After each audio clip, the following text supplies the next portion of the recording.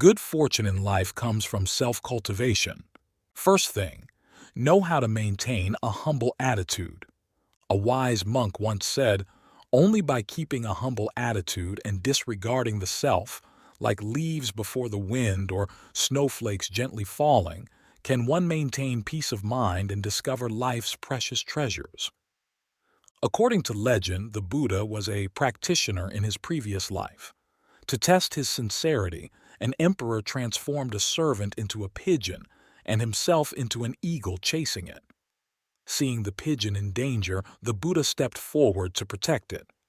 Angry at being unable to eat the pigeon, the eagle confronted the practitioner. "I haven't eaten in days and will starve without food. Is this how you treat all beings equally? You saved the pigeon but will kill me." The Buddha replied, "You have a point. To be fair, I can offer my own flesh to compensate for the pigeon." The emperor used magic to make the Buddha's flesh always lighter than the pigeons on the scales. Yet, the Buddha was willing to cut off his flesh until his entire body was gone, but the scales never balanced. When the emperor saw the practitioner's sacrifice, he returned to his original form and asked the Buddha, "Seeing that you have sacrificed everything, and yet the scales are still unbalanced, do you feel any regret or resentment?" The Buddha answered, "A practitioner's role is to relieve suffering, even at the cost of their own life. How could I possibly have regrets or resentment?" The life of the pigeon is important. The hungry eagle is also important. Only oneself is not important. Compassion is a greater force than anything. A revered monk teaches that we should learn to diminish the self and open our hearts to compassion. Then life will be happier. Underestimating oneself is a demeanor, a state, and a form of cultivation. To achieve this, one must have a broad perspective and a calm mind. There is a saying, "At 20, we always want to change how others think of us. At 40, we care about what others think of us. At 60, we realize that others hardly notice us." In summary, if we know how to live humbly, we can avoid unnecessary conflicts. The wise do not worry about competing and will consequently enjoy a blessed life. Second thing, know that everything must be done within one's capabilities. A respected monk teaches, one must do everything within one's capabilities and not force oneself. Results from practice cannot be seen overnight. The same applies to other tasks. Only by doing things within our capabilities can we achieve success and happiness. Everyone must understand their own capabilities, but when doing anything, they must strive to their utmost. Placing oneself in the right environment allows us to fully utilize our talents. Otherwise, it can backfire. Aiming too high can leave you stuck and increase your frustration. There's a story about a martial arts master practicing in the mountains, famous far and wide. Many traveled thousands of miles to learn from him. Upon reaching the deep mountain where he resided, they found the master carrying water from the valley with 2 wooden buckets that were not full. They thought since he was a martial arts master, he could carry much more water. So they asked, "Master, you could take a lot of water. Why aren't the buckets full? What's the reason?" The master replied, "The way to take water is not to take too much but just enough. Blind greed can be counterproductive." He then asked a man to carry 2 buckets full of water from the valley. The man struggled to stand up and fell down after a few steps, spilling all the water and breaking his knee. The master then said, "The water has spilled, and you must go back for more. With a broken knee, it will be even harder. More isn't always better." Someone asked, "So how much should we choose and how should we estimate?" The master smiled and pointed to a line drawn inside the bucket, saying, "Water should not rise above this line. Going beyond it exceeds one's limits. Initially, you start by watching this line. As you get used to it, you no longer need to look at it. However, this line can remind us to always strive in everything and push our limits. Everyone asked, "Then what is the right limit?" The master answered, "It depends on each person's capabilities, because lower goals are easier to reach, thus less likely to discourage. But one should train to raise these limits and not let them hinder our efforts. Indeed, carrying water is like practicing martial arts, and learning martial arts is like living life. If you don't have the capabilities, don't compete for positions beyond your reach, or you will not only fail but also be looked down upon. To avoid many unnecessary failures, you must know how to proceed step by step, do what you can, and gradually achieve your goals. In this way, you will be happier, life will be better, and naturally, you will be a person of good fortune. 2. Mastering Destiny, a tale of virtue, fate, and enlightenment. Mr. Liu Pham shared his personal experiences and evidence about changing one's fate with his son.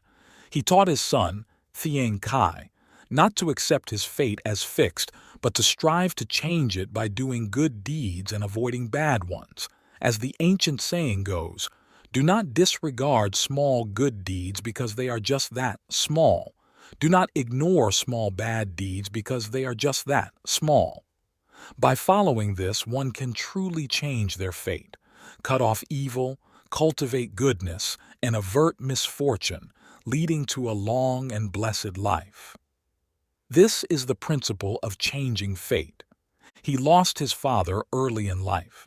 His grandmother advised him to quit school and not pursue a career in public service, but to study medicine instead, saying, "Learning medicine can not only make money to support oneself but also help others. If you reach a high level of skill, you can become a renowned physician. This was what your father and I believed in during our lives." Later, at Tuvan Temple, he met an extraordinary old man with a long flowing beard, exuding an air of wisdom and spirituality. The old man asked, "You belong to the official circles and can sit for exams next year to join the scholars, so why don't you study?" He explained that it was his grandmother's wish for him to quit the scholarly path to pursue medicine. He then asked the old man his name and residence, and the man replied, "I am Mr. Kong from Van Nam, a direct disciple of Master Trieu Quang Tiet, an expert in the divination arts of Huang Kuk. According to the divination, I am destined to pass this knowledge on to you." Thus, he brought this master home and explained everything to his grandmother. She suggested, "This master is skilled in divination. Why don't you ask him to do a reading for you? Let's see if it works." Surprisingly, the predictions about past minor events were incredibly accurate. He, inspired by the master's words, planned to resume his studies and discussed it with his cousin Tom Shung, who said, "I have a close friend named Uk Hai Kok, who teaches classes at Uk Hu Fu's house. I can take you there to study. It's very convenient." After that, he began studying with Master Uk Hai Kok. Once, Master Kong divined, "Before you gain any official title, as a student, you will rank 14th in the county exam, 71st in the prefecture exam, and 9th in the metropolitan exam."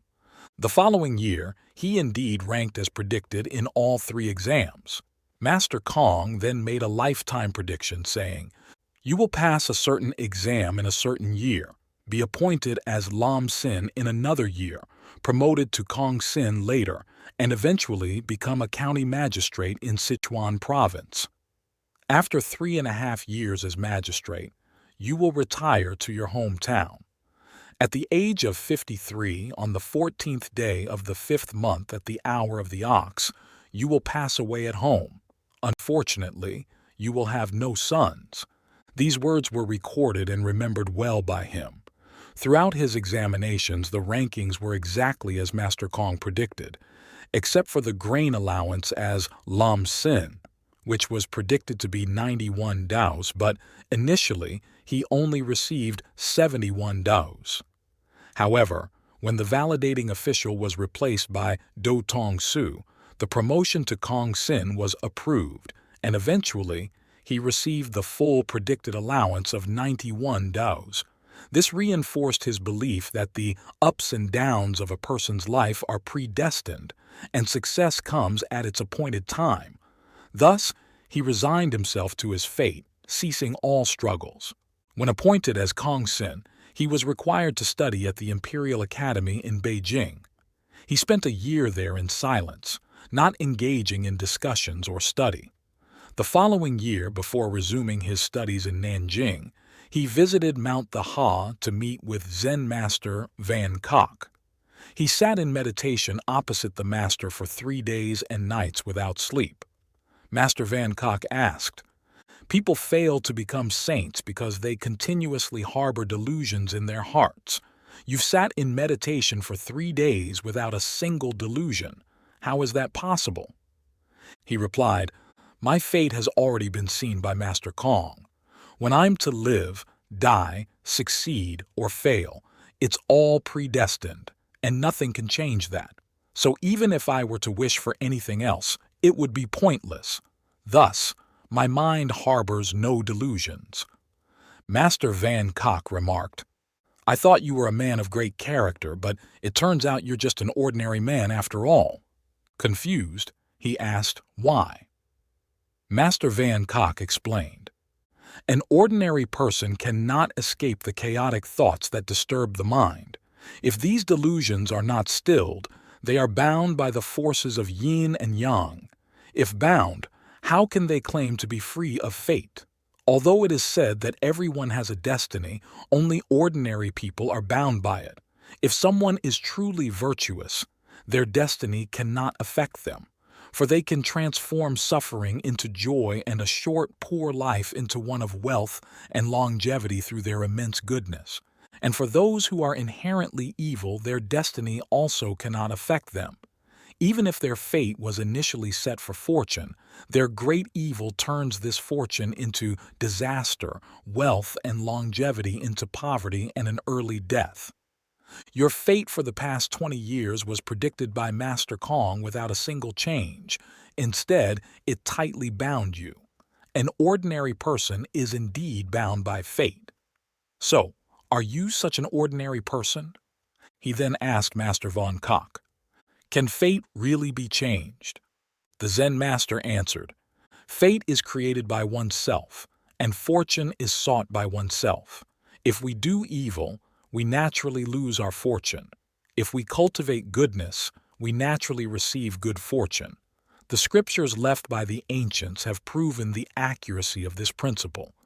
Buddhist texts say, 'If you wish for wealth, you shall have it. If you wish for sons and daughters, you shall have them. If you wish for longevity, you shall have it. Just cultivate good deeds, and fate cannot bind us.' To speak delusion is the great precept of Buddhism. Surely the Buddha and the Bodhisattvas wouldn't deceive us." Still unclear, he further inquired. Mencius once said, "What you seek, you will obtain," referring to things that we can achieve from within. If it's not something within us, how can we be sure of achieving it? Like the concepts of morality and righteousness, these are things within our hearts. If we resolve to be righteous and moral, we naturally become so. This is what we can strive for. But as for fame and fortune, these are not within us. They depend on others giving them to us, so how can we seek them? Master Van Kok responded, "Mencius is not wrong, but your interpretation is mistaken. You haven't considered what the 6th Patriarch Huineng said. All kinds of blessings are determined within our own minds. Blessings do not depart from the mind. There are no blessings outside of it to seek. Therefore, both cultivating blessings and sowing disasters come from our minds. Just by seeking blessings with our minds, there's nothing we cannot manifest. If you know how to seek from within, not only can you achieve internal virtues such as righteousness and morality, but you can also attain external success and wealth. This means that both internal and external aspirations can be fulfilled. In other words, by planting the fields of blessings, righteousness and fortune will surely be attained. A person destined for fame and fortune will have it even without seeking, while one not destined for it will not achieve it, no matter how hard they try. Therefore, if we don't reflect on ourselves and blindly seek external recognition and wealth, we can't be certain of achieving it because it also depends on the blessings we already possess. This aligns with Mencius's saying, "To seek is to follow the right principles, but achievement depends on destiny." You should understand that even if we achieve what we seek, it is because of the blessings we already have, not just because we asked for them. Therefore, we should only seek what is truly worth seeking, not just anything indiscriminately without proper reason.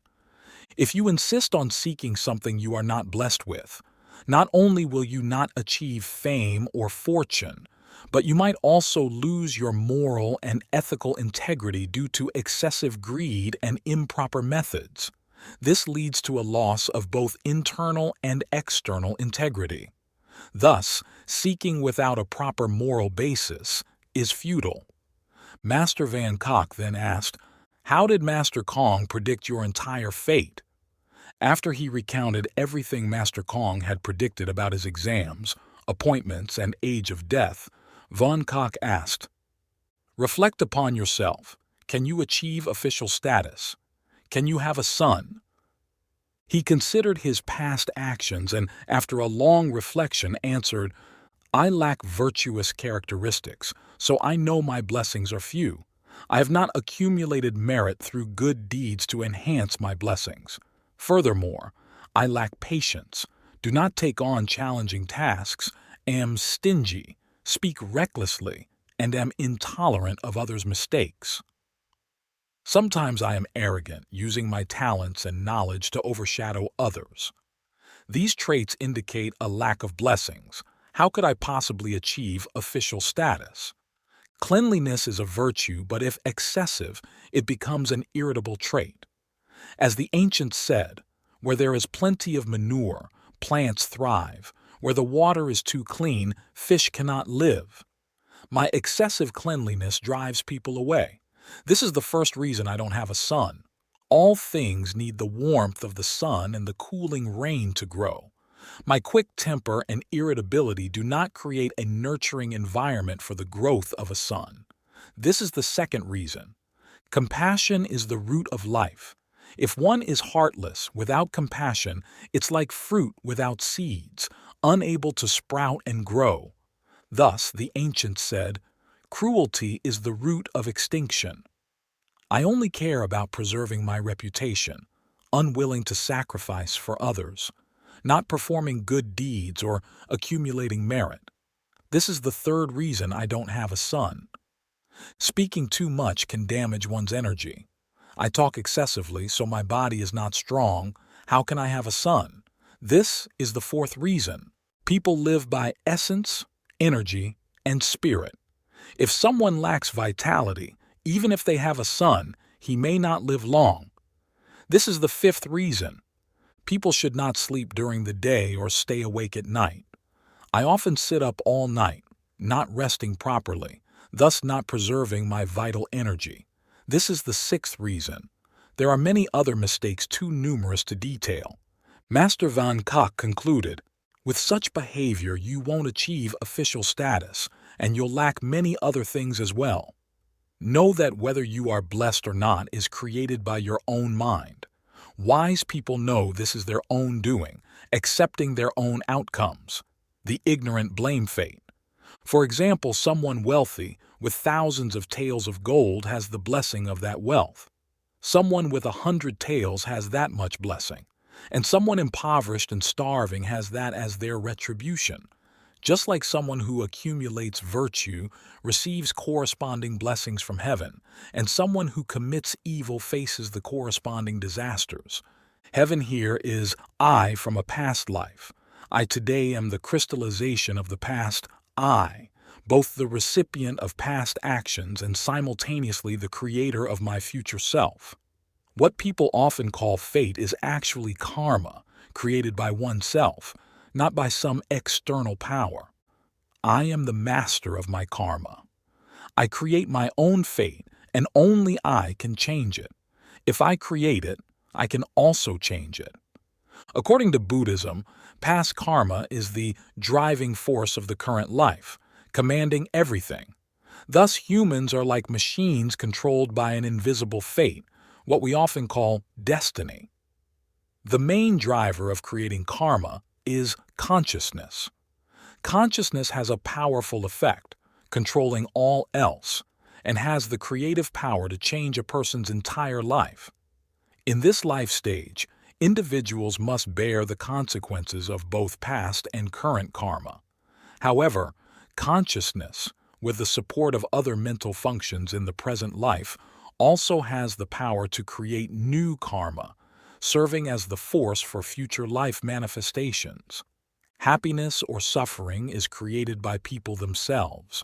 No one has the authority to bestow blessings or inflict disasters or to reward or punish anyone. Only the law of karma operates as a fair judge in determining our destiny. Then, Master von Koch, using worldly examples, advised him to accumulate virtue and do good. Having a son is like planting seeds. Good causes meet with good effects, bad causes with bad. A person who accumulates virtue for 100 generations will have descendants for 100 generations to maintain their blessings. Someone who accumulates virtue for 10 generations will have descendants for 10 generations to maintain their blessings.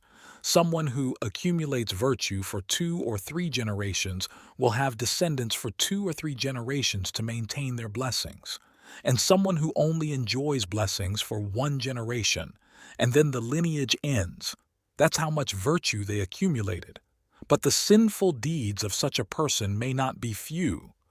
Knowing your flaws, you must wholeheartedly change these negative traits and manifestations of poor blessings that prevent you from achieving official status and having a son.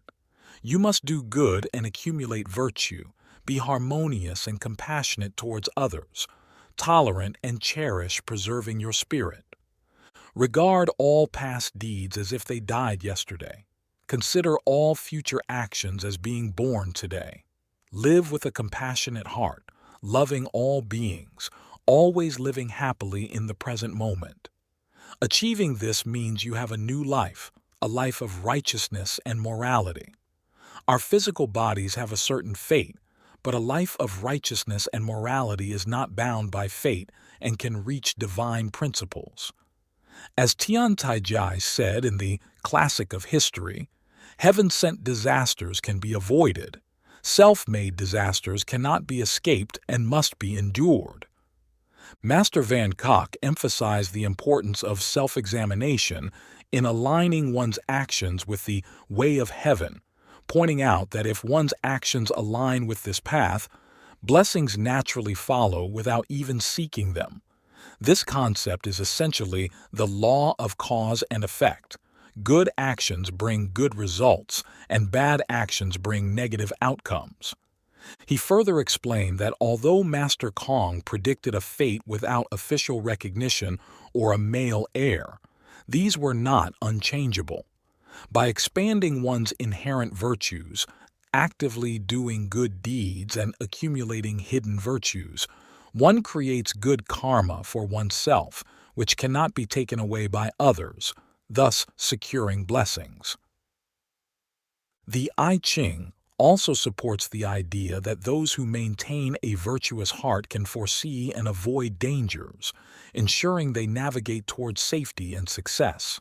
If fate were truly unchangeable, how could one possibly find such auspicious paths? Master von Koch questioned whether he truly believed in these principles, that a family practicing goodness will naturally accumulate blessings for their descendants, as stated in the introductory chapter of the I Ching. Convinced by Master von Koch's teachings, he deeply repented for his past wrongdoings, big or small, in front of a Buddhist altar. He composed a verse expressing his desire for official recognition and vowed to perform 3,000 good deeds to repay the kindness of heaven and earth and his parents' nurture. Upon hearing he's vowed to perform 3,000 good deeds, Master Van Cock showed him a ledger used to record deeds, instructing him to mark good deeds and misdeeds daily, allowing the good to offset the bad.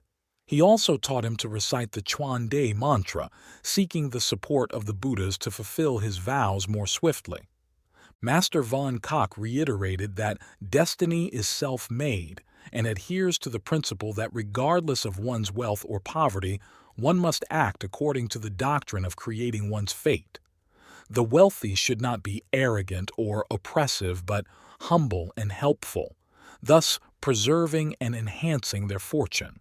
The poor should maintain their integrity, living righteously regardless of their financial status, potentially transforming their destiny from poverty to prosperity. Thus, everyone should shun evil and cultivate goodness, planting the fields of fortune. He also discussed lifespan, suggesting that one should not indulge recklessly in pleasures if they believe their life to be short, but should instead strive to do good in hopes of earning a longer life in the future. Likewise, those with a long life expectancy should not take it for granted by committing evils, but should cherish and extend their life through good deeds. Understanding that life and death are the most critical issues, and if one can view short and long lifespans equally, then all life's fortunes and misfortunes, wealth and poverty are encompassed within this perspective. This is why Mencius focused on lifespan rather than wealth or poverty in his teachings. Master Van Cock further stressed that cultivating oneself in anticipation means continually refining one's mind and character, never committing even minor misdeeds. The change in one's destiny depends on the extent of one's virtue and alignment with the way of heaven. Discussing the concept of cultivating oneself, he emphasized introspection and correction of our faults. A cultivator should always think, speak, and act kindly, constantly reflecting on their faults rather than criticizing others. The term waiting, he explained, means that one must be patient until deep self-cultivation and accumulated blessings naturally transform one's fate for the better, without being clouded by excessive desires or delusions.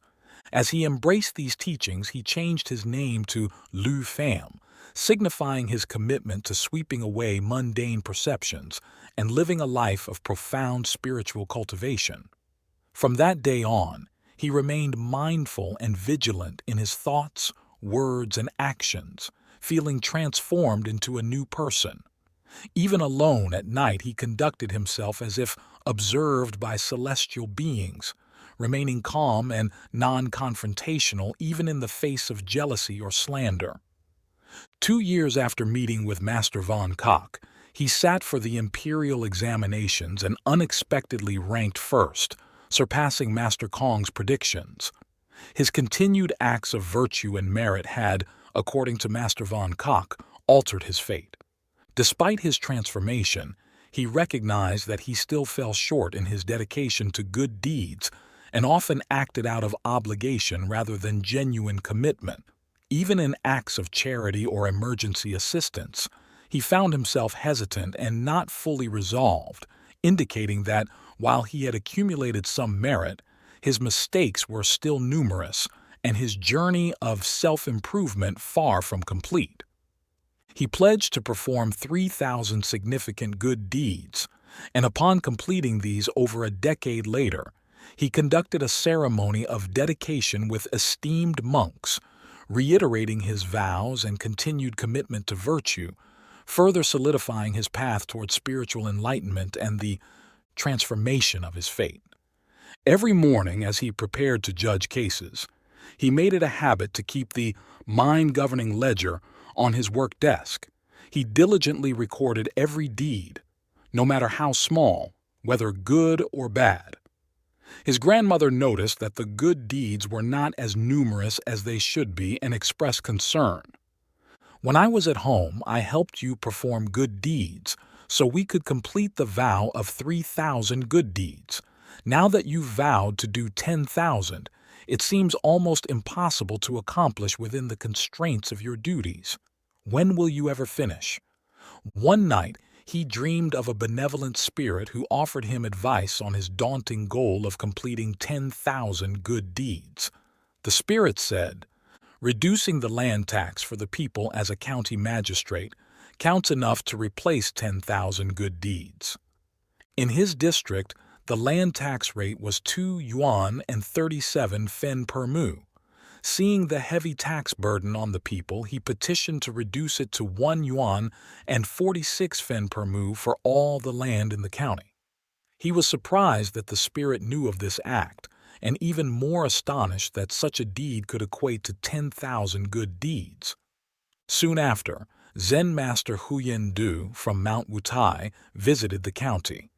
He shared the dream and the master's advice, seeking confirmation of its validity.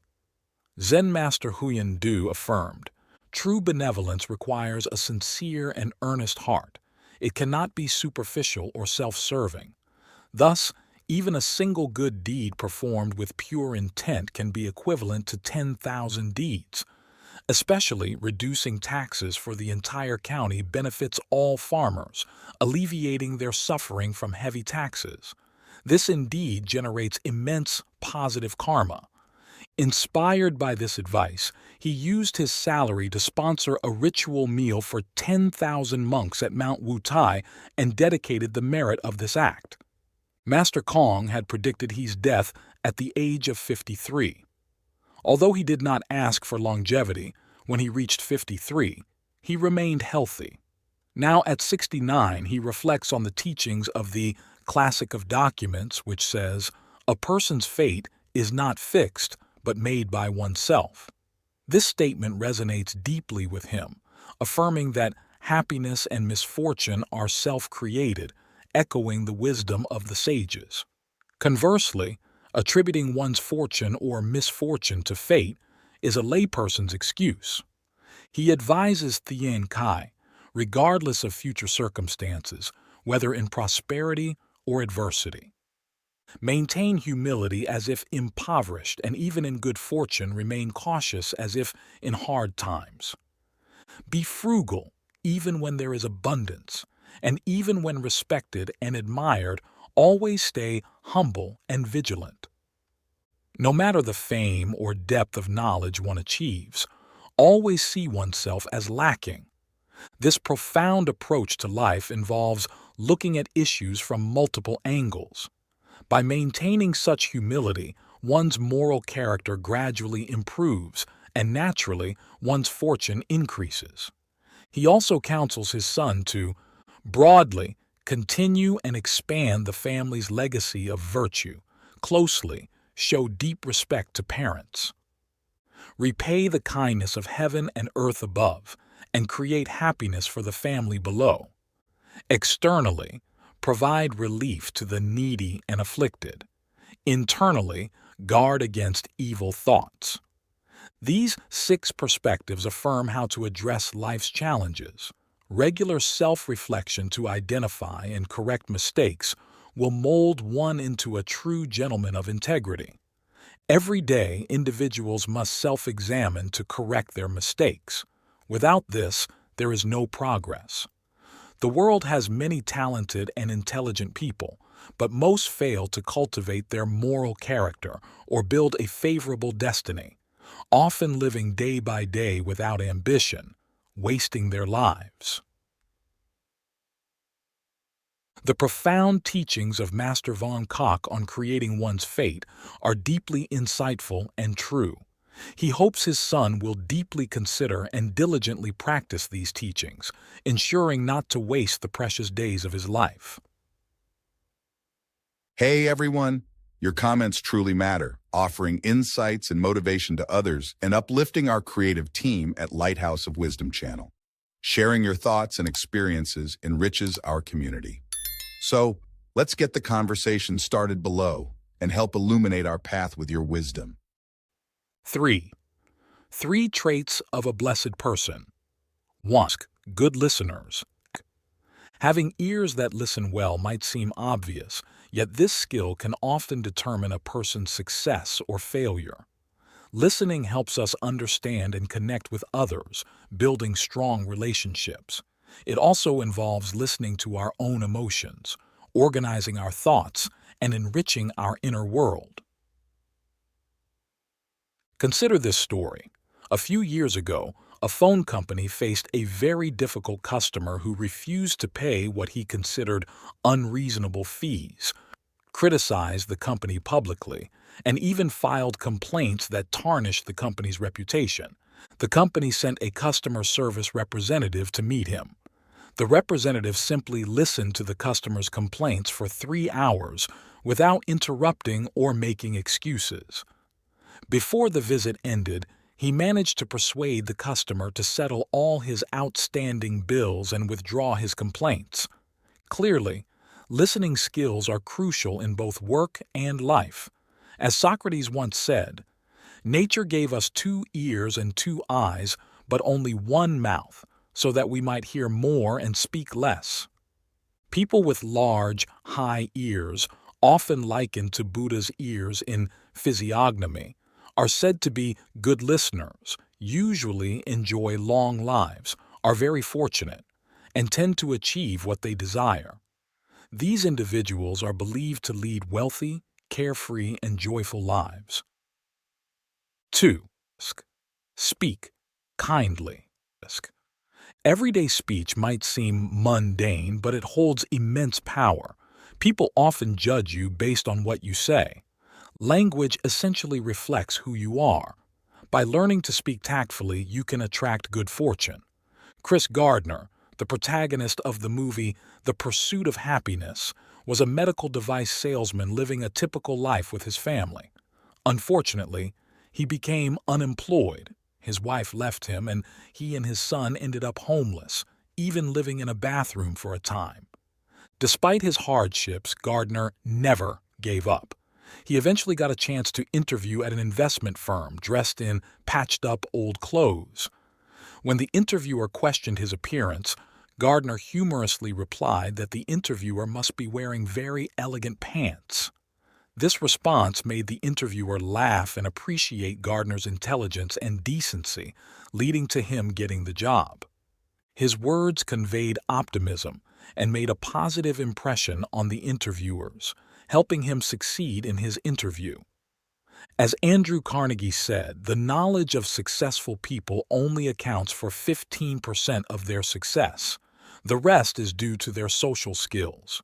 Careless words can hurt others and drain one's own fortunes, making life's journey less smooth. Therefore, everyone should strive to speak kindly, honestly, and with goodwill, as this can lead to more positive experiences in life. 3. Observant eyes.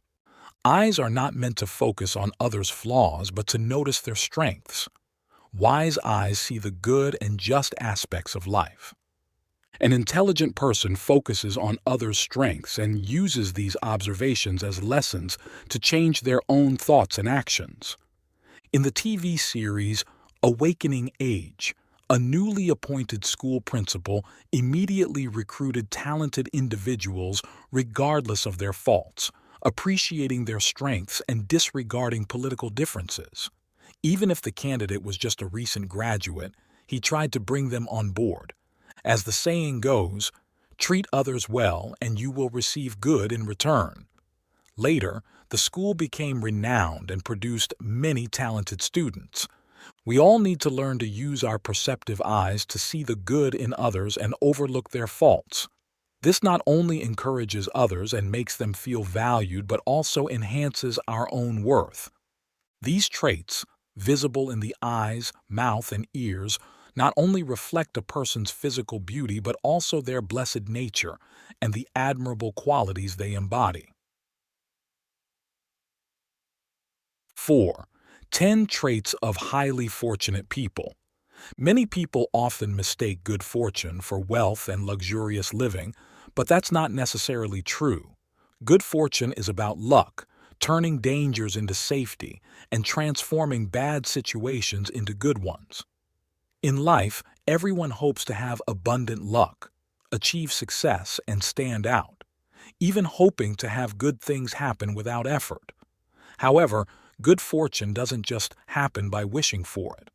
Where does good fortune come from? It is taught that all things originate from the mind. To attain good fortune, one must cultivate a good heart and character, sow seeds of fortune, and perform good deeds. Here are 10 typical traits of a person blessed with great fortune. How many do you possess? 1. Not keeping a tally of the good deeds done for others. In life, there are people who have helped you but often remind you of their past assistance, implying that you should return the favor in the future. However, this is not the behavior of a truly fortunate person.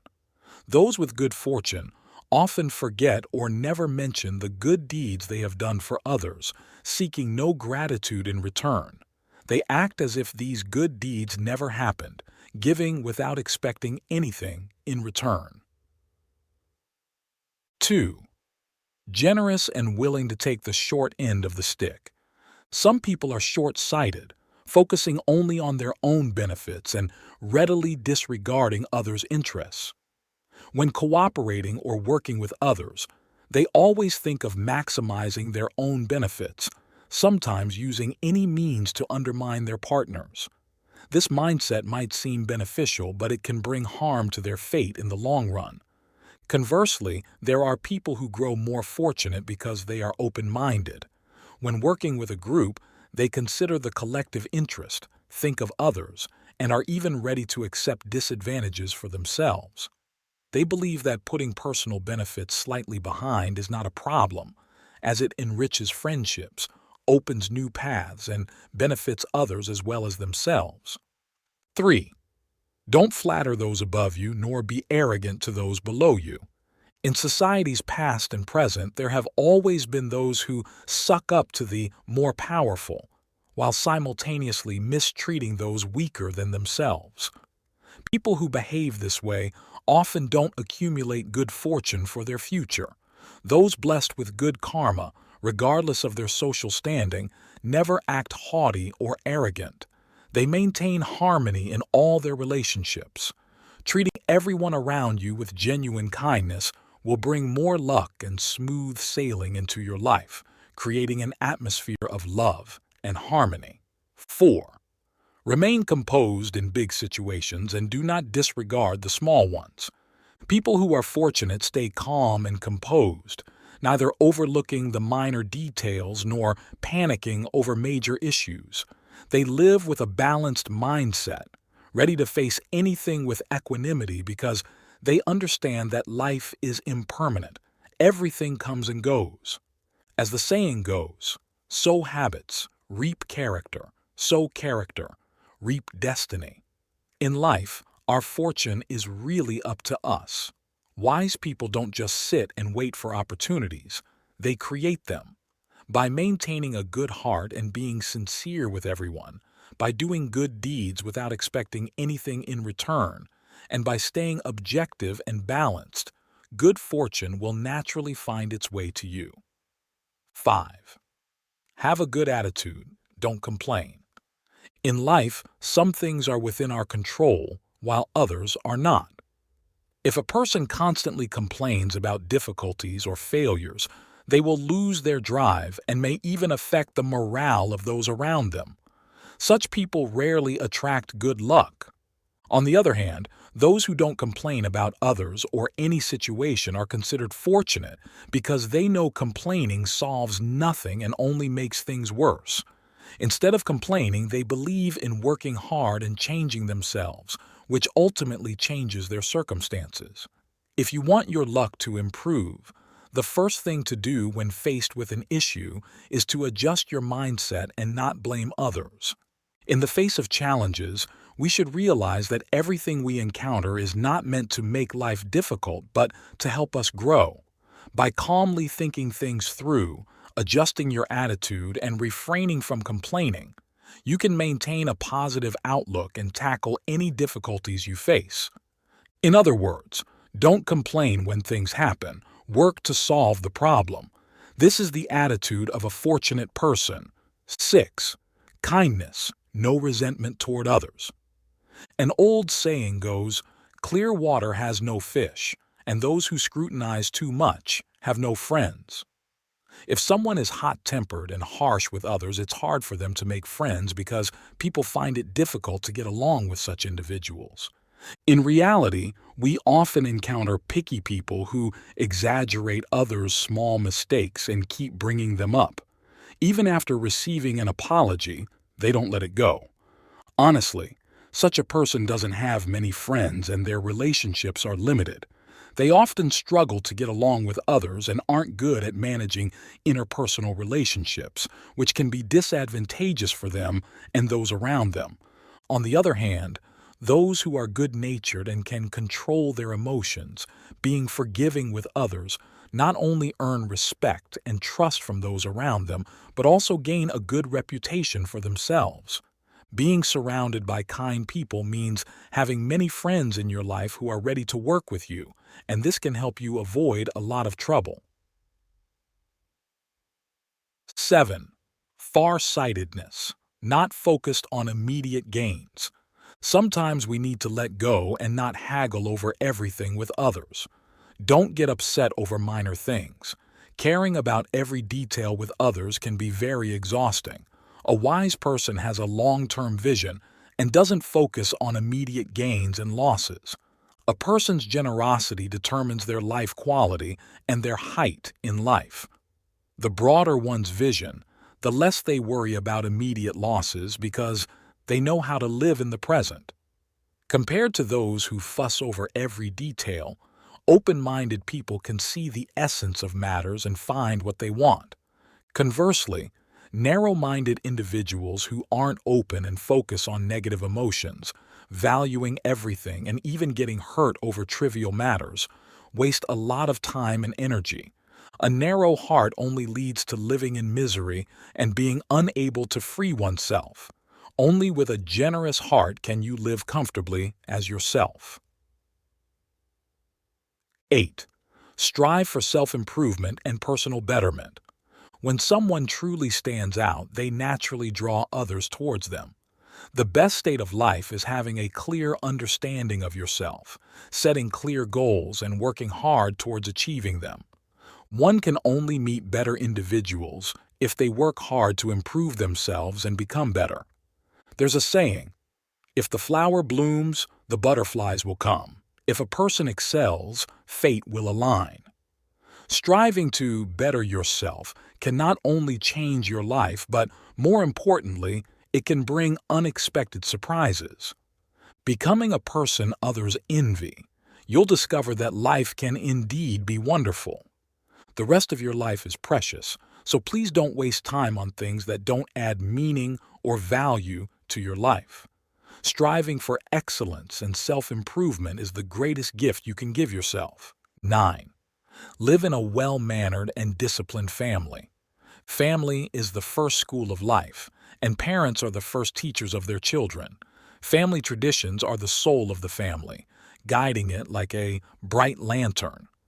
Children raised in good family traditions understand truth, goodness, and beauty, and avoid doing wrong.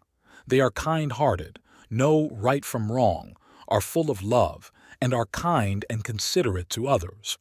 In a family with strong traditions and discipline, children are well-behaved and respectful. They show filial piety to their parents, respect elders, love their siblings, obey the law and rules, maintain order, and hold love and kindness in their hearts. They are ethical and disciplined. Families with strong educational traditions are fortunate. If a person grows up in such a disciplined family environment, they are likely to improve day by day. This is because family traditions and education not only shape a person's outlook, but also determine their mental development and ethical backbone. 10. Being disciplined and loving yourself. Whether someone has a good life largely depends on their personality and lifestyle. Those who are disciplined and love themselves always maintain their best state, regardless of others calling them ugly or getting complacent when praised. Because they know how to discipline themselves and love themselves, they manage their emotions well and avoid bringing negative feelings to their loved ones. A person who does not love themselves but blindly pleases others to their own detriment does not deserve love.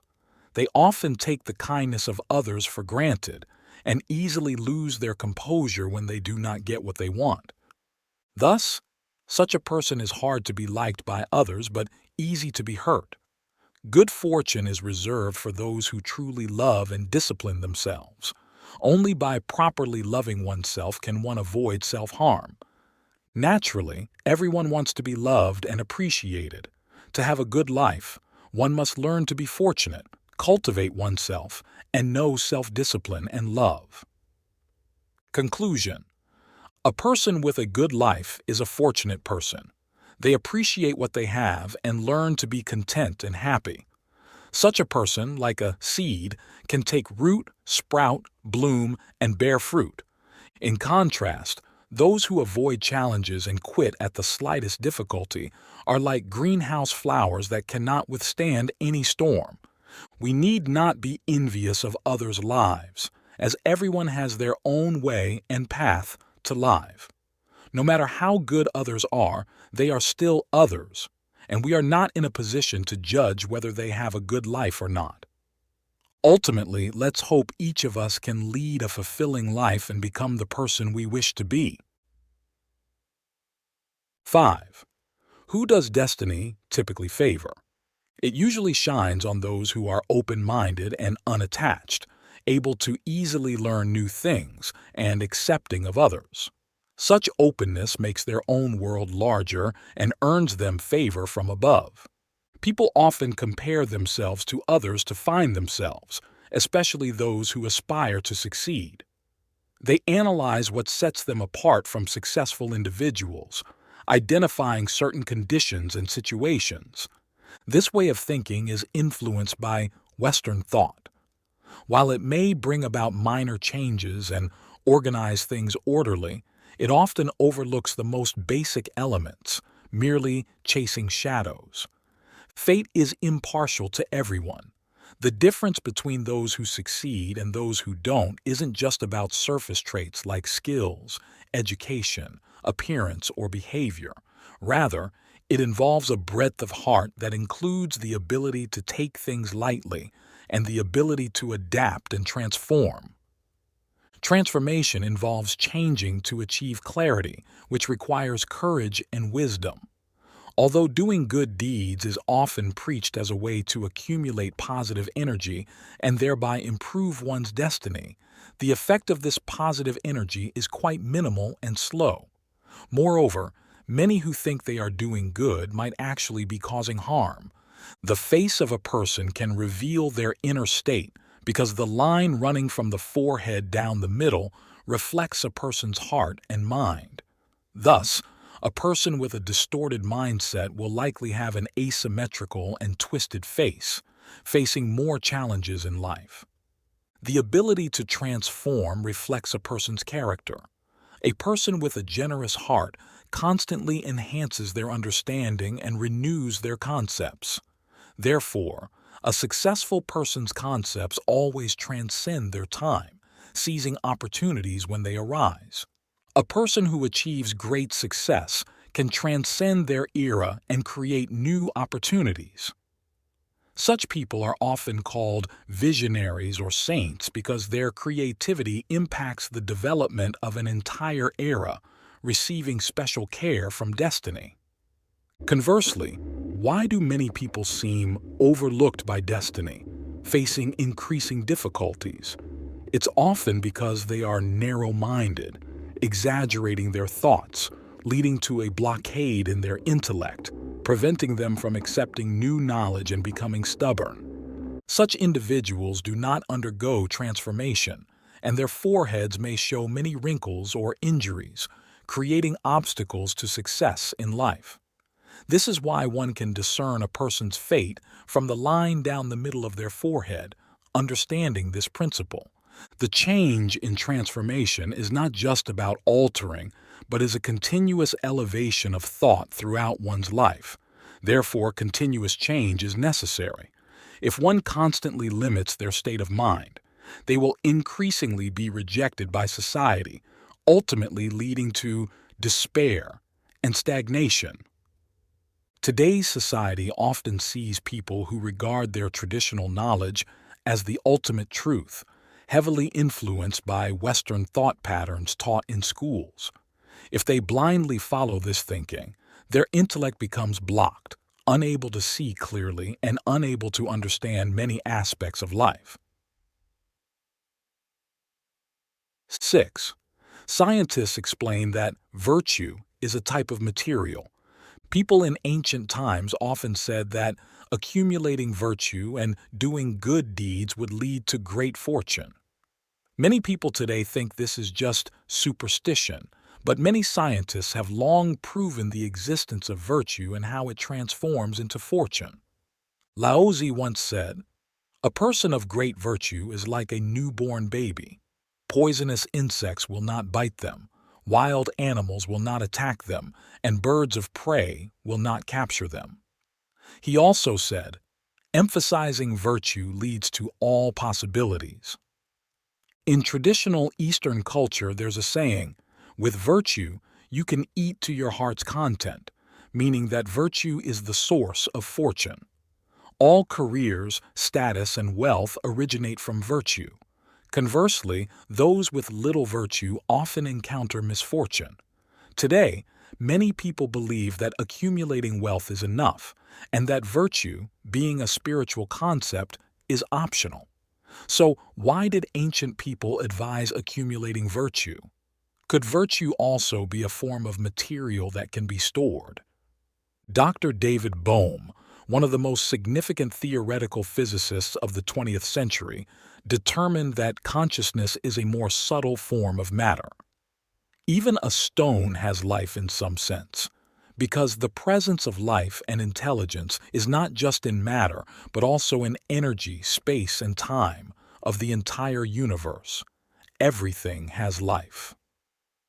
Dr. William Tiller, a leading scientist in the structure of matter, says, "Eventually, consciousness will be seen as a characteristic of the universe, capable of generating radiation and creating matter."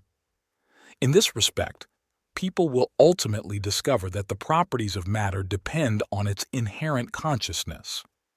According to these scientists, matter and consciousness are unified.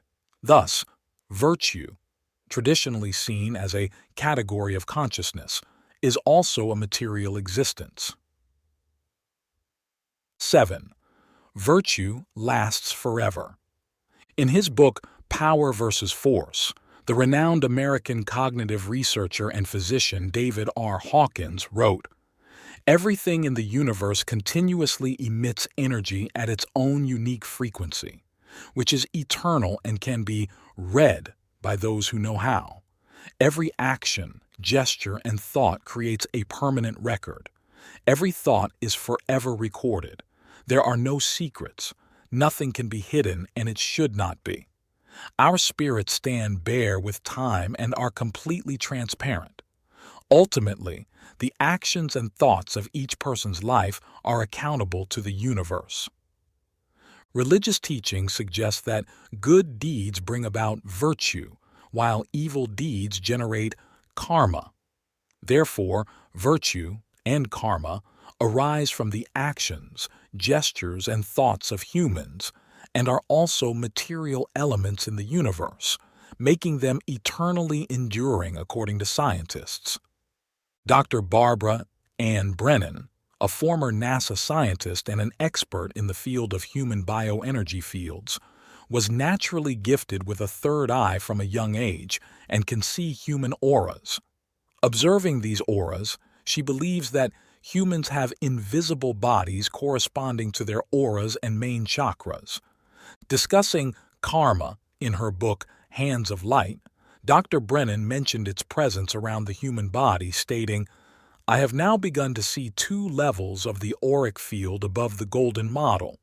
These two levels have a crystalline nature and vibrate at a very fine frequency. Everything below the seventh level, in a sense, serves as a medium to guide and support us in this life. This includes the Catheric template past life bands, as they represent the karmic lessons we are here to learn in this lifetime. Interestingly, when we see others in difficult situations, we often say they are pitiful. Today, this term generally means that the individual is unfortunate, but perhaps there's a deeper implication that this person has previously committed dishonorable acts, creating much karma that must now be repaid. This saying could also serve as a reminder for us to accumulate virtue and avoid creating karma in our lives. From these observations, we can conclude that human virtue and karma are not merely aspects of consciousness or spirit, but are indeed material, directly impacting everything a person experiences in this life or in the future. 8. The role of virtue in bringing blessings to people. In the book Power versus Force, Dr. David R. Hawkins explains, "The universe holds its breath as we choose our path every moment. For the universe, the nature of life itself is highly conscious. Every action, thought, and choice leaves a permanent mark, like pieces in a mosaic. Our behaviors, gestures, and thoughts create ripples of consciousness that spread throughout the universe and affect the existence of everything. Moreover, the universe does not forget. There are many aspects to karma, but each choice, in a specific matter, by anyone becomes significant. All of our choices echo in the lives of each individual. We ultimately are responsible for every thought, word, and deed we perform, and we relive all the pain we have caused others. In this sense, each of us creates our own heaven or hell." In the book Hands of Light, Dr. Barber writes, "In the reincarnation process before conception, the soul meets with spiritual guides to plan its upcoming life. In this meeting, the soul and guides review the tasks the soul must complete in its growth, which are related to karma. In the Tao Te Ching, Lao Tzu wrote, 'All beings in this world are born from the Tao, nurtured by virtue, shaped by matter, formed by circumstances.' From these perspectives, we can see that the universe itself has characteristics that determine the role of virtue and karma, as well as their transformation into blessings or misfortunes. More broadly, the nature of the universe controls the formation, existence, decay, and demise of everything within it, including how an individual's life is blessed based on their own virtue and karma. Therefore, ancient wisdom often advises accumulating virtue and not losing it. Thus, virtue is indeed material and can be transformed into human blessings, being at the root of individual and societal issues. A country or society that values morality will be wealthy and happy. A society that disregards moral values will see a decline in morality, leading to corruption among its people and ultimately their destruction. 9. What is true happiness? Buddha was born a prince possessing the world, gold palaces, beautiful pavilions, a wise wife, smart children, servants, and the finest foods. He had everything at his fingertips. So why did he leave it all behind in search of happiness?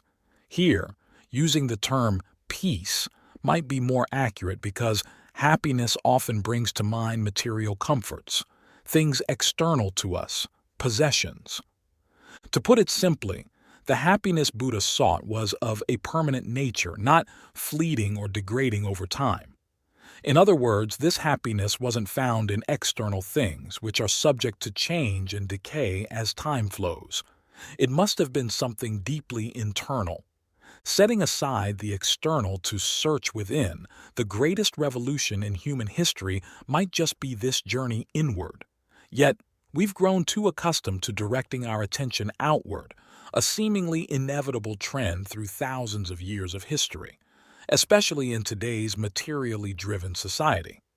In Buddha's time, like in the old villages of Vietnam, aside from a house, a yard, a garden corner, and some daily utensils like pots and pans, there wasn't much in the way of material comforts to distract and pull people's desires outward. People back then were simpler, more genuine, and less attached, so even a 7-year-old could understand and be enlightened by the teachings. Today, however, even though the teachings remain the same, people don't understand because their minds are scattered. They set their hearts on too many things and desire too much, leading to suffering and discontentment, never feeling truly fulfilled or at peace.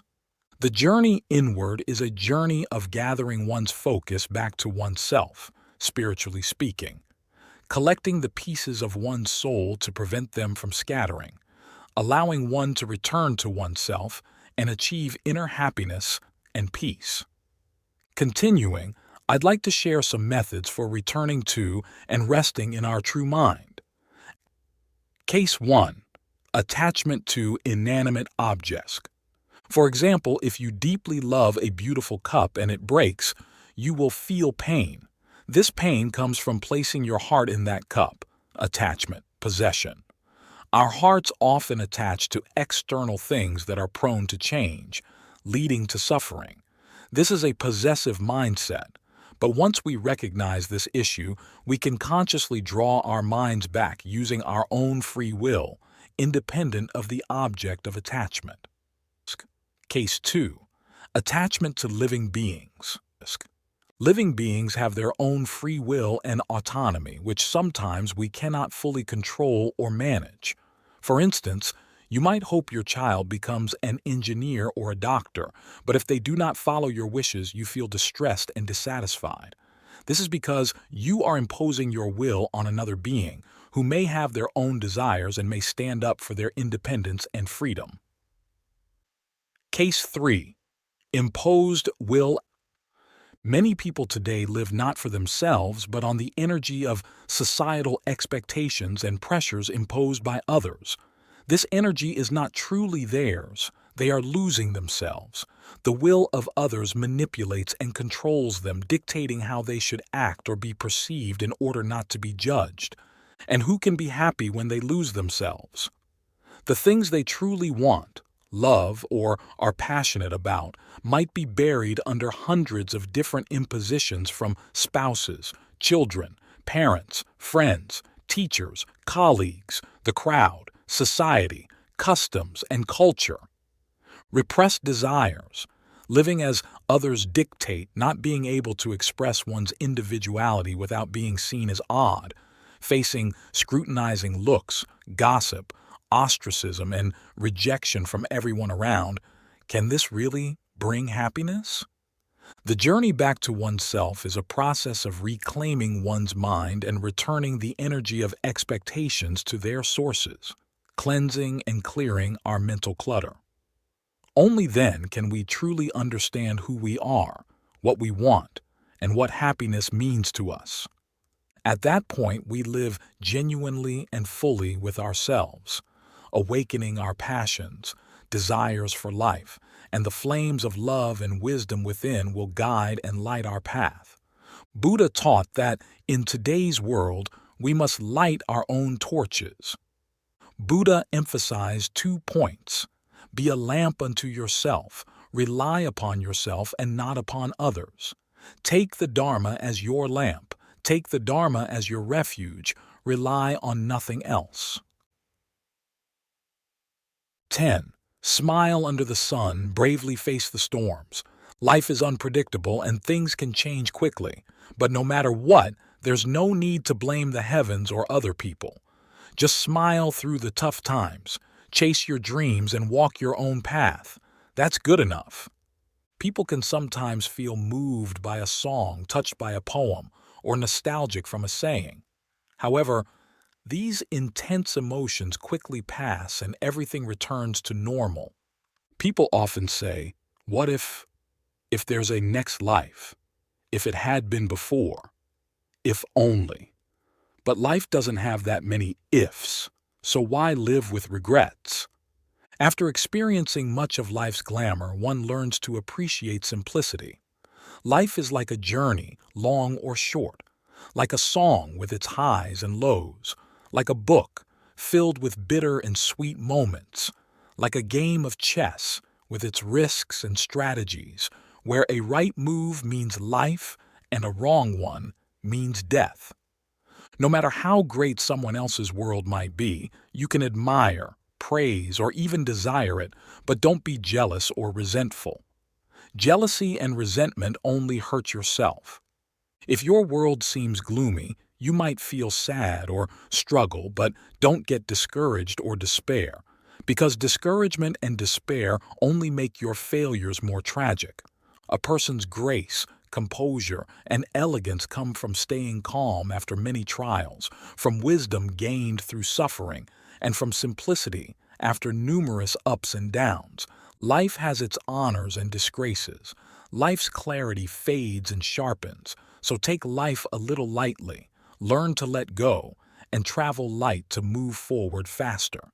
Keep relationships simple, reduce conflicts, cherish the passing time, downplay gains and losses, ignore comparisons, and gradually the path ahead will be filled with hope.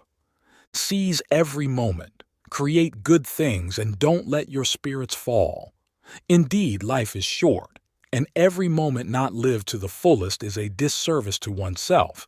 Every step forward is a push for personal growth.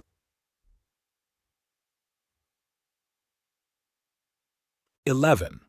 Life is like a long-distance race where falling down hard is sometimes unavoidable. Life offers you thousands of paths to choose from. Picking the right path and taking firm steps can lead you to success.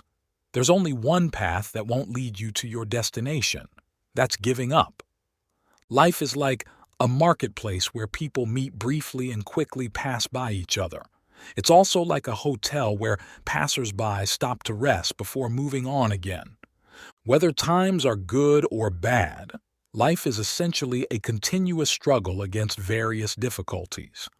Many people are too afraid of past failures, afraid of falling behind others, or afraid they aren't living as exciting lives as others, so they often feel sad and complain in life.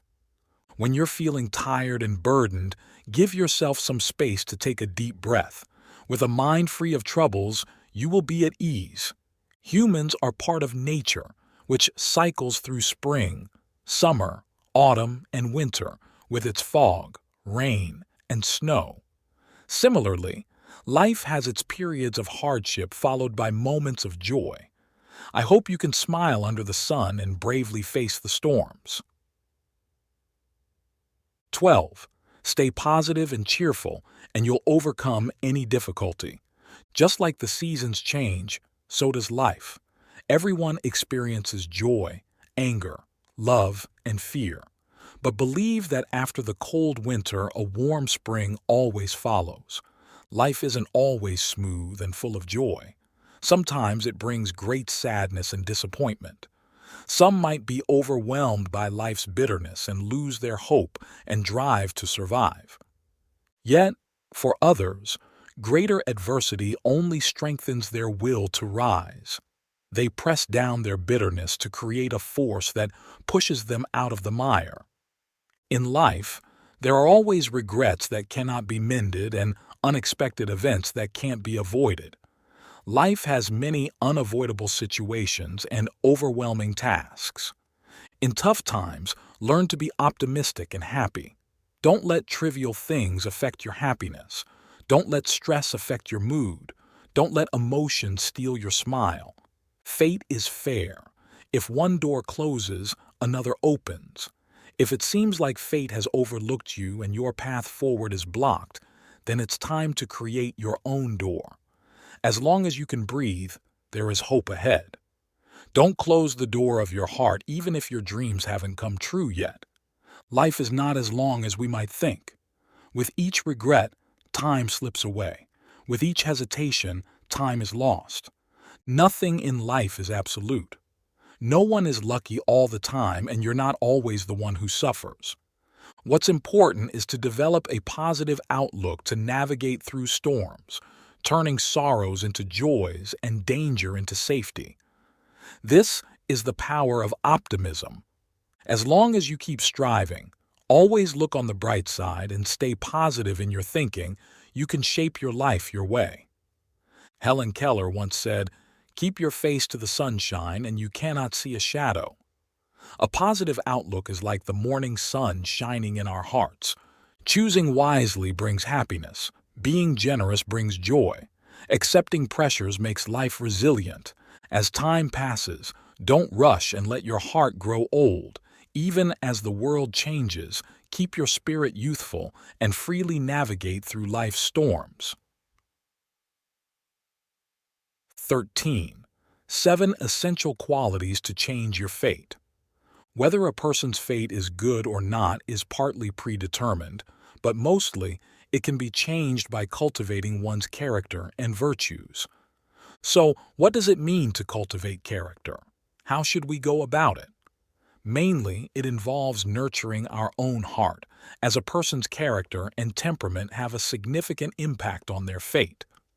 Being a good person doesn't mean you'll avoid all challenges, but it does mean you can overcome any adversity. Especially those with the following 7 qualities not only lead a fortunate life, but can also change their fate. 1. Admitting mistakes. People often don't admit their mistakes and blame others, always thinking they're right. But admitting faults is not really a loss. Instead, it shows generosity and understanding. 2. Gentleness. As people age, their teeth may fall out, but their tongue remains soft. Therefore, if you want to live a long, happy life, keep a gentle disposition. Rigidity only brings disadvantages, while a kind heart makes life more pleasant. 3. Patience. Most things in the world don't go as planned.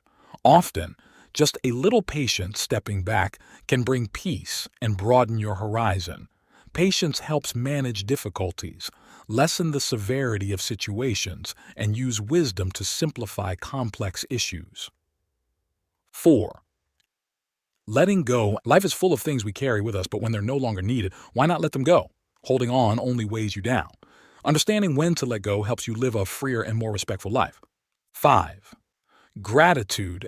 Be happy for others' joys. When you encounter good people or good fortune, be thankful. Regularly expressing gratitude can make everything smoother and improve relationships. 6. Valuing yourself. Health is wealth is particularly true for the elderly or sick. A healthy person does not worry their family and friends. Overworking and neglecting health only leads to future expenses on medications, a real waste. 7. Respect and tolerance. Respecting and tolerating others can bring a greater sense of freedom and the ability to learn from mistakes, respect others, and practice tolerance, making your life fuller and more meaningful.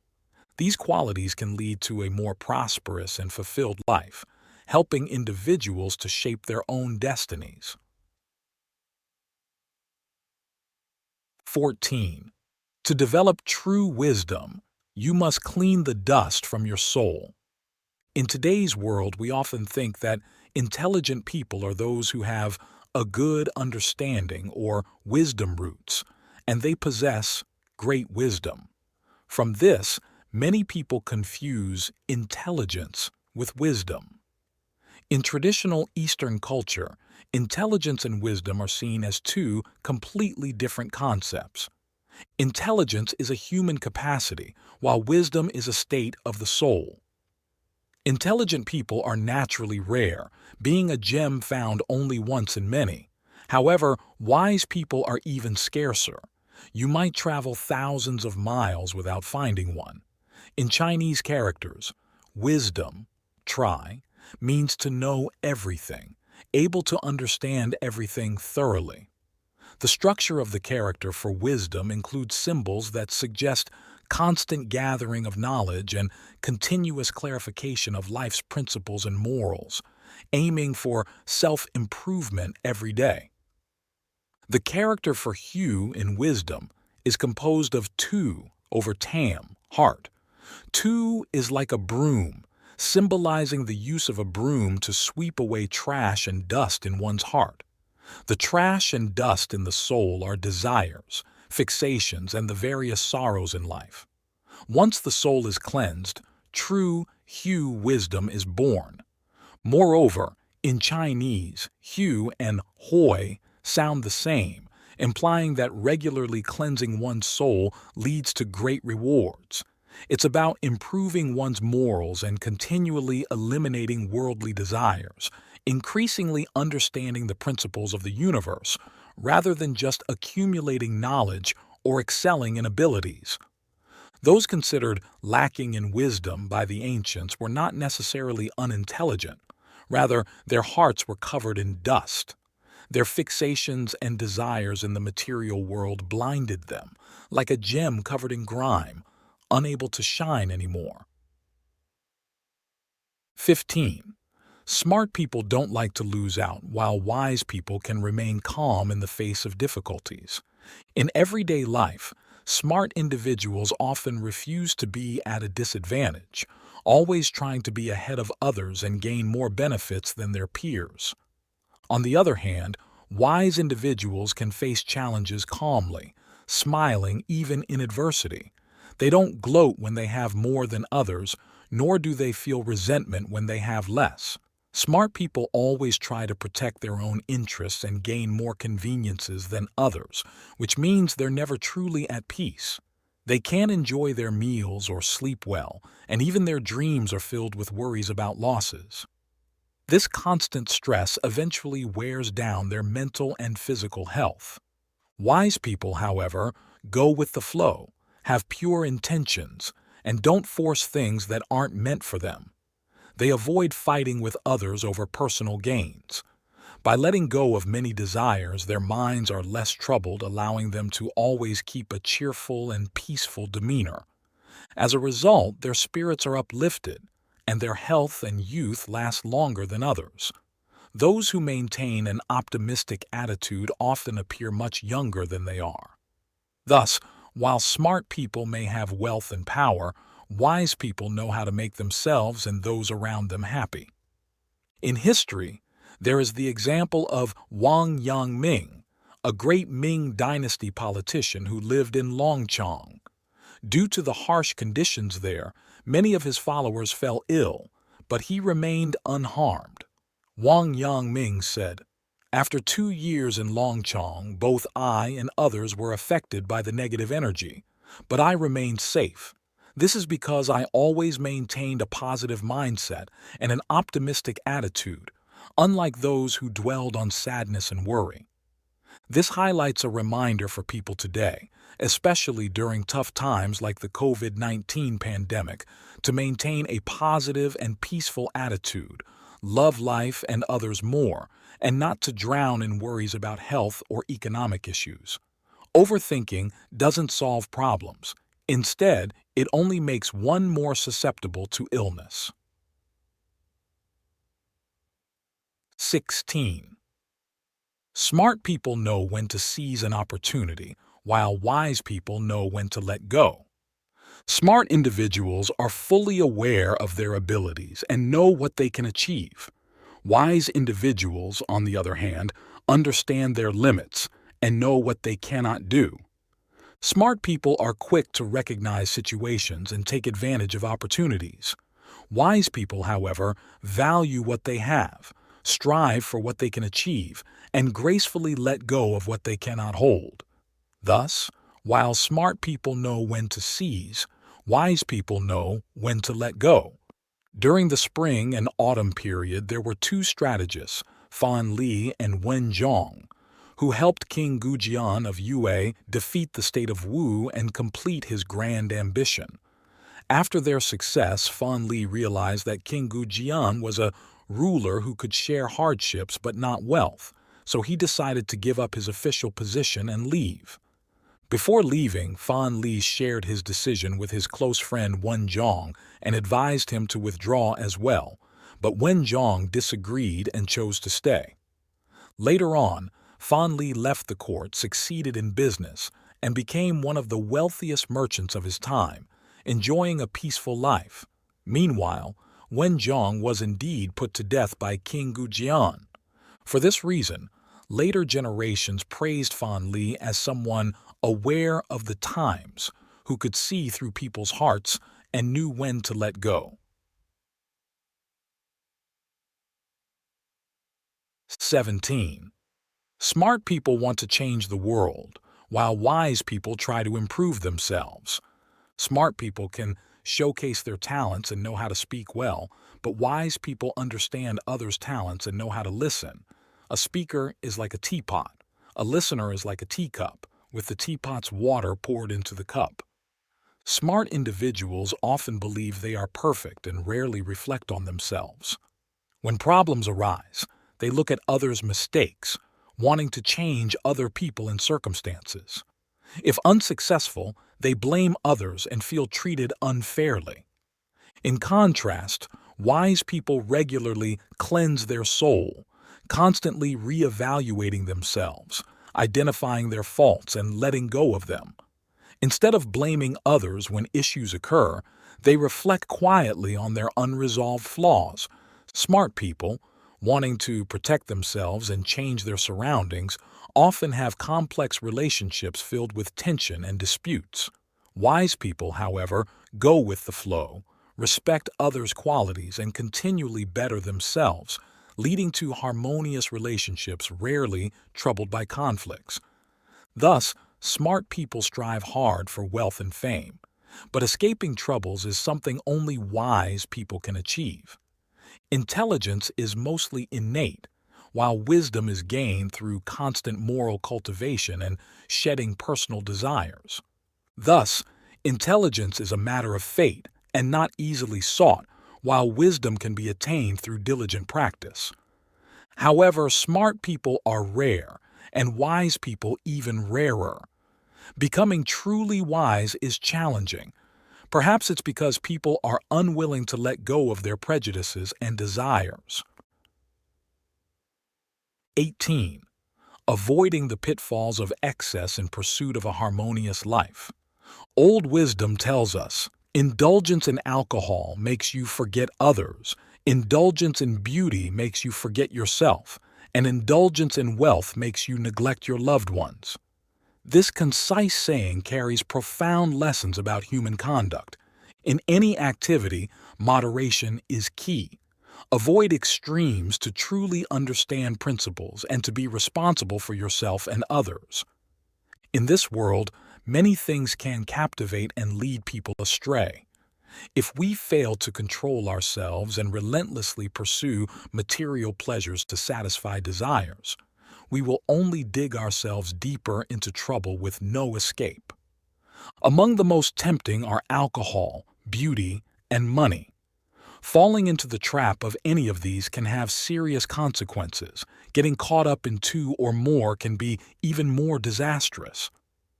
Indulgence in alcohol makes you forget others. Indulgence in beauty makes you forget yourself. And indulgence in wealth makes you neglect your loved ones. These wise words from the past remind us of the dangers these temptations bring. 1.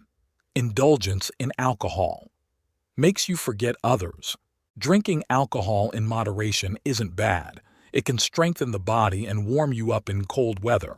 Socially, it's common to sign deals over a few drinks after work.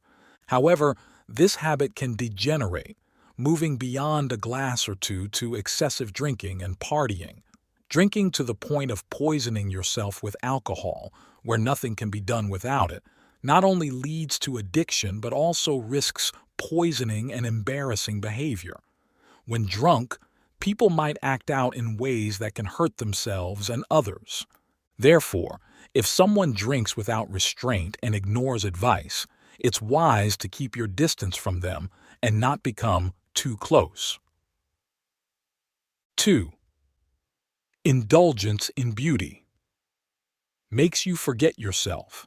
Fair ladies and noble gentlemen are often sought after. Everyone appreciates beautiful things, and it's natural to be attracted to attractive men and women. However, If someone cannot resist the temptation of beauty and behaves inappropriately, they are likely to face serious consequences. Those who indulge in lust often cannot resist temptations from the opposite sex, making it easy to make mistakes. Over time, this not only harms one's physical health, draining vitality, but it also affects relationships with family and others. Especially for those who are married, the repercussions can be even more regrettable. Our society is full of negative examples, including recent incidents involving celebrities and officials who couldn't control their desires and engaged in secretive relationships with others. When such behaviors are exposed, they severely damage the families involved and impact the individual's careers, leaving permanent stains on their lives. 3. Indulgence in wealth makes you neglect your loved ones. Confucius said, "A gentleman values wealth, but acquires it through proper means." Nowadays, while money is essential for maintaining life, objectively, there are many things more important than money, like family relationships. When someone is deeply engrossed in wealth, greed can lead them astray. Minor benefits can lead to disputes with relatives, and some hold grudges so deep they refuse to reconcile even in death. Money can be earned gradually, but once relationships are lost, they can never be restored. Many siblings dispute inheritance in front of their living parents, which not only hurts the parents but also damages the future relationship among them, like planting a bomb ready to explode at any moment. Indulgence in alcohol makes you forget others. Indulgence in beauty makes you forget yourself. And indulgence in wealth makes you neglect your loved ones. These 3 brief lines explain many principles of good conduct. Life is more peaceful and fulfilling when we are not swayed by these 3 temptations. 19. Why does life always weave together happiness and sadness? People's lives are not always smooth sailing. Nearly everyone must endure storms and mixed emotions of joy and sorrow. This might be considered a divine arrangement, allowing individuals to make their own choices. Take the example of a 75-year-old man who relies on a wheelchair every day. One day, his 28-year-old grandson came to him and said, "Grandpa, I'm 28, and even though I graduated from a prestigious school, I haven't accomplished much. Even those with less education seem to live better lives. It doesn't seem fair." After hearing his grandson's complaints, the old man smiled and asked, "Then tell me, what do you think would be fair in this world?" The grandson replied, "Don't people say that good deeds are rewarded? Isn't it said that hard work pays off? I work hard, so why don't I see fairness?" The grandfather explained, "When I was younger, I used to farm in the mountains with your great-grandfather. We worked very hard every day, but our harvests weren't good while others were. Sometimes we even worked harder than others, but the results were still disappointing. However," he continued, "your great-grandfather used to say that as long as we don't betray our own conscience, that's enough. Even if we don't gain much, as long as our conscience is clear and we maintain our integrity, we are doing fine." I didn't fully understand his words back then, but as I've aged, I've realized that life is colorful and being true to one's conscience is what really matters without getting too caught up in everything else. The wisdom the old man shared reflects a profound truth about human life, understood only through years of ups and downs. Whether in personal life or work, in success or failure, in fairness or not, one must always keep a clear conscience. The Tao Te Ching states, "The way of heaven is impartial. It always sides with good people." This suggests that the natural order is fair and does not favor anyone, but it tends to support those who are virtuous. Heaven does not have personal connections with anyone. It simply observes us. If we act well, we are supported. If not, we bear the consequences ourselves.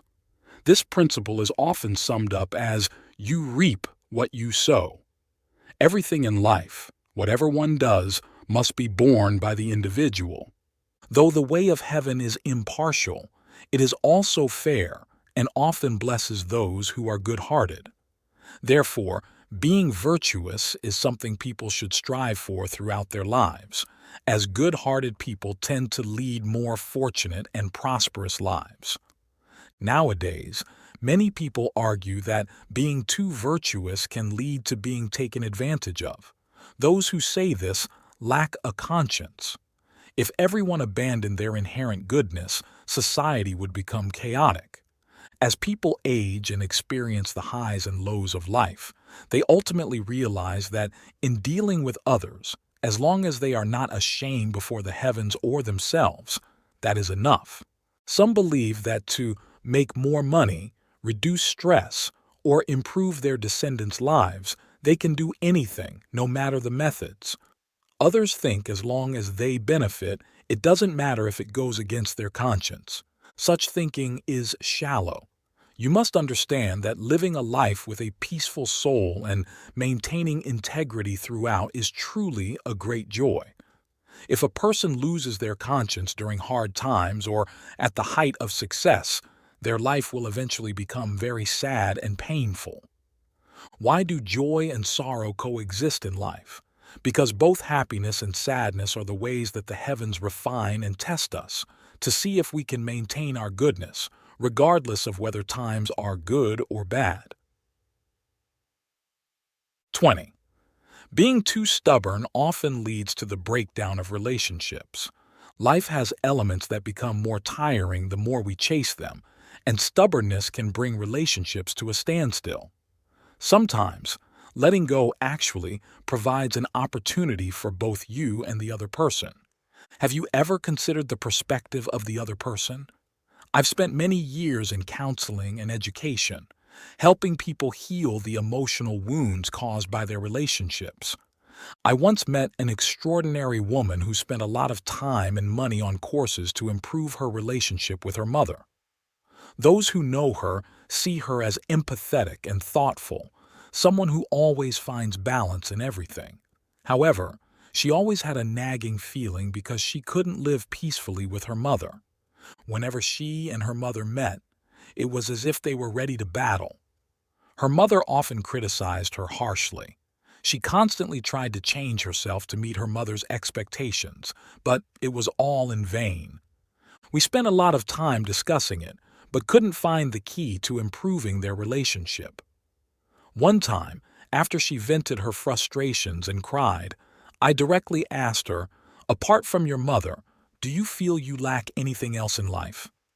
She was taken aback, took a deep breath, and said, "If I didn't have this mother, I would feel happy. I have everything else I could want." Then I asked her, "Throughout this time, you've wanted to improve your relationship, but have you ever considered whether your mother also wishes for the same? Does she care about having a loving and harmonious family?" She looked at me as if I was speaking an alien language. After a moment of silence, she sadly said, "I never thought about that. I always assumed all mothers loved their children. But you're right. Maybe she doesn't want to be close and prefers a life without me. She isn't pitiful. She has her own interests and concerns, and my interference just complicates things. I forced her into playing a role in this perfect family drama and then blamed her for not performing well. I said, "It's not your fault, but when it comes to harmonizing relationships, society has an obsessive-compulsive disorder. They think that if there's a rift, we must strive to mend it, be the first to admit faults to gain forgiveness. Not wanting to deal with regret is the most normal outcome of a relationship." That counseling session left a deep impression on both my client and me. Are there other options besides mending in dealing with relationship rifts?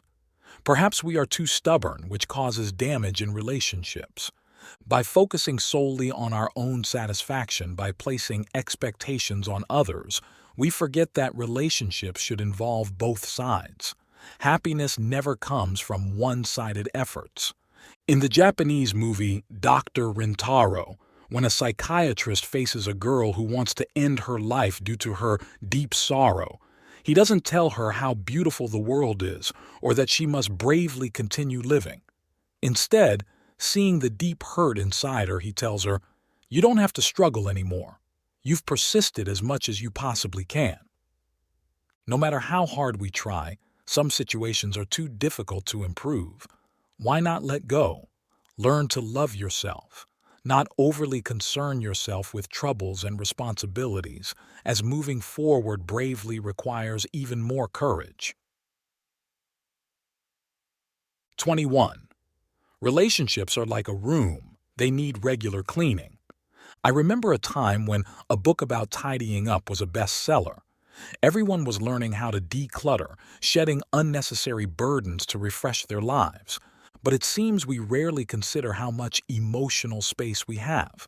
How many people can it hold? How will these people occupy or share this emotional space? Who deserves to stay and who should go? Often, we passively accept one relationship after another, remembering this name and that, even if these people don't figure in our daily lives but still linger in our emotions, draining us. When we master decluttering our physical spaces, effectively lightening them by removing the excess, can we apply the same principle to our emotional spaces to enhance the quality of our lives?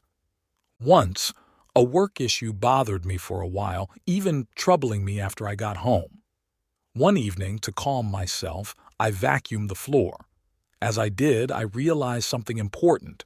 I worked hard to keep my house tidy and avoided buying unnecessary items. So why should I let an unimportant person disrupt my mental space?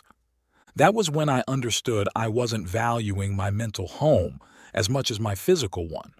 Just like a house, relationships require regular cleaning. I hadn't been tidying up. Instead, I piled up various relationships in my head. Some relationships are good, others bad, but when they all pile up without clear boundaries, even the good ones can become tainted and overwhelming. From then on, I realized that relationships need to be pruned and cleaned regularly, or they will only add to our burdens and pain. 22. 3 Paths of Destiny.